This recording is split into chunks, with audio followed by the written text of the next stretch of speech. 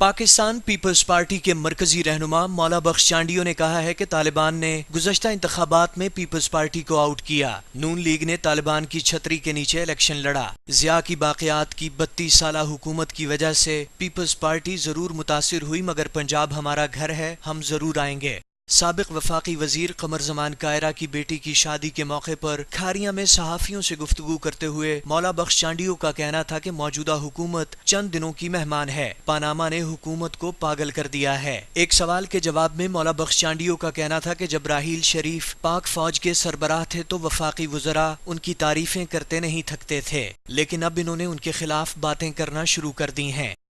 وفاقی وزراء وفاقی حکومت نے بعد میں کہا، جنرل صاحب کی طرف سے فوج کی طرف سے پہلے بیان آیا کہ ہم نے افغانستان کے دہشت گردی کے حوالے سے اپنی کارروائی شروع کر دی ہے۔ اب ان کی کیا ہے، اب ویسے بھی یہ اب مسافر حکومت ہے، اب ان کا کوئی اختیار نہیں، ان کا کوئی بس نہیں۔ ان کے سامنے پاناما کا نام لو، یہ پتھر ڈھونڈنے لگتے ہیں کہ مارے کس کا سر پھوڑ دیں گے۔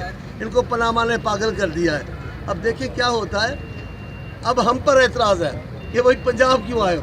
بھائی پنجاب پیپلز پارٹی کا گھر ہے، پیپلز پارٹی پنجاب میں جنم لیا ہے۔ ہاں ہم سے غلطیاں ہوئی، یا ضیاء الحق کے وارثوں کے طویل حکومت نے پیپلز پارٹی کو جس صورتحال سے آشکار کیا، پھر گزشتہ حکومت الیکشن میں کس انداز سے ہماری پارٹی کو طالبان نے دور کیا انتخابات سے، ان کو چھٹی دی گئی، انہوں نے طالبان کی چھتری کے نیچے انتخابات لڑے۔ ہم پورے پاکستان سے پیار کرتے ہیں، پورے پاکستان میں تنظیم سازی کے لیے نکلے۔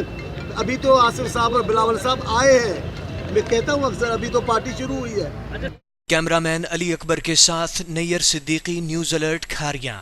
مزید خبروں اور اپڈیٹس کے لیے وزٹ کیجیے newsalert.com.pk۔